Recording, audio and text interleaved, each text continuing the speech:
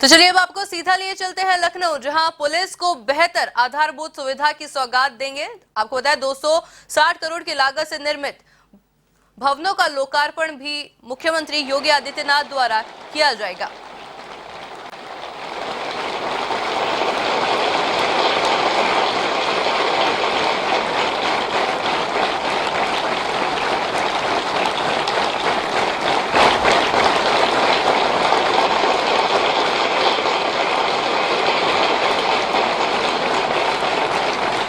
बहुत बहुत धन्यवाद।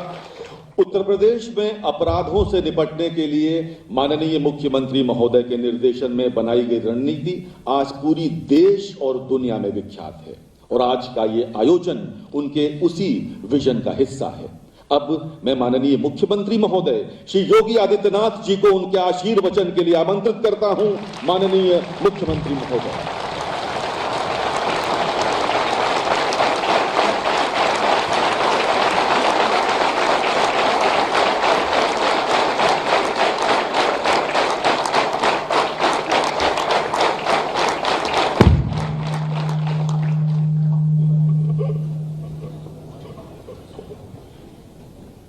उत्तर प्रदेश पुलिस के बुनियादी सुविधाओं से संबंधित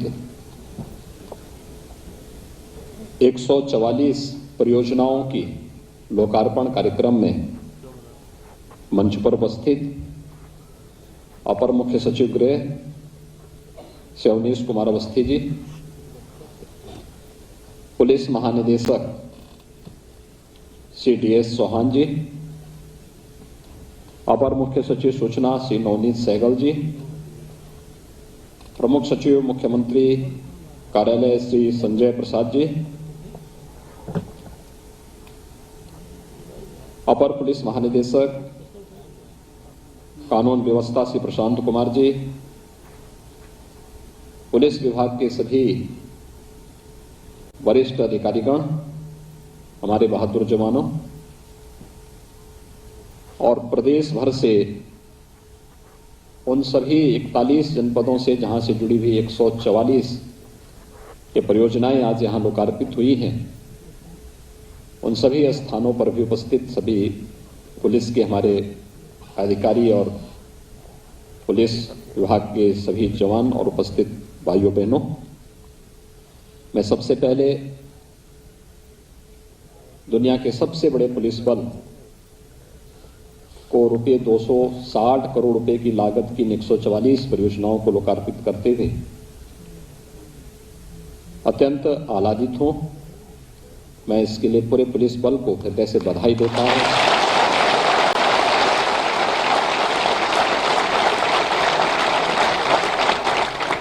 मुझे प्रसन्नता है विगत 5 वर्षों के अंदर किए गए कार्यों का परिणाम आज हम सबके सामने है। आज से 5 वर्ष पहले उत्तर प्रदेश की छवि एक ऐसे राज्य के रूप में थी जो दुनिया में और देश में बीमारू प्रदेश के रूप में गिना जाता था, जहां पर विकास की कोई सोच नहीं, ये जो धारणा बन चुकी थी उसका कारण था बदतर कानून व्यवस्था।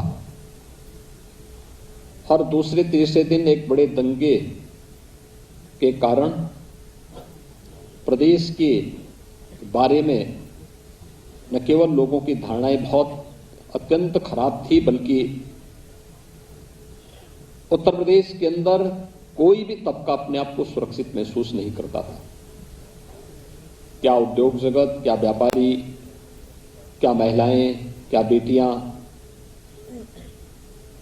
क्या नौकरी पेशा वाला व्यक्ति, या कोई किसान, या कोई श्रमिक, कोई भी अपने आप को सुरक्षित महसूस नहीं करता था। उस समय हमारे सामने चैलेंज था। मुझे याद है जब मैंने 19 मार्च 2017 को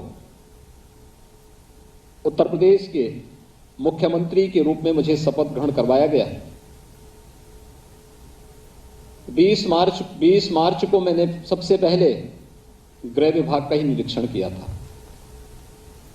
मुझे वहां दुर्व्यवस्था देखने को मिली थी, फाइलों के ढेर देखने को मिले थे, धूल से सनी हुई इन फाइलों के बीच में कैसे कार्मिक कार्य करते थे, और धूल से सटी हुई फाइलें इस बात की गवाही कर रही थी कि कार्य नहीं हो रहा है। और उस समय प्रदेश की बदतर कानून व्यवस्था के बारे में जब मैंने प्रश्न पूछे थे तो मुझे बहुत सारी चीजें देखने को मिली थी।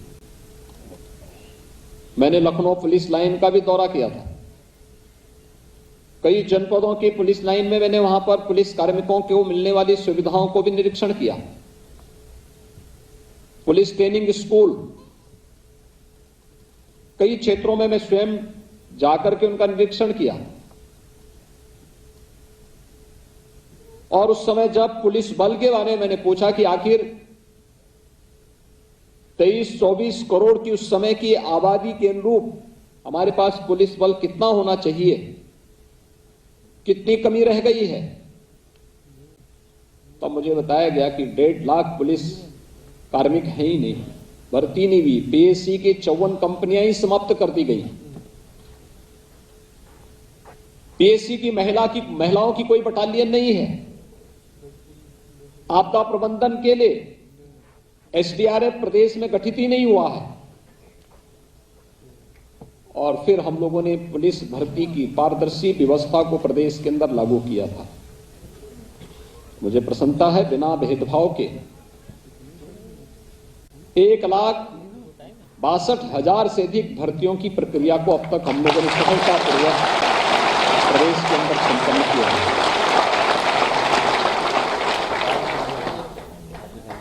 भर्तियां करना ही उचित उसका समाधान नहीं था। भर्ती होने वाले कार्मिकों की उचित ट्रेनिंग की व्यवस्था भी हो। ट्रेनिंग की क्षमता को दोगुनी तिगुनी किया गया। हम केवल कार्मिक भर्ती और उन्हें ट्रेनिंग तक ही सीमित नहीं रखेंगे, बल्कि समय की रफ्तार के अनुरूप हमें देश ही नहीं दुनिया के सबसे बड़े पुलिस बल को रखना है। इसके लिए उसके आधुनिकीकरण की भी एक व्यवस्था बनाई गई। प्रदेश में पहली बार 18 प्रक्षेत्रीय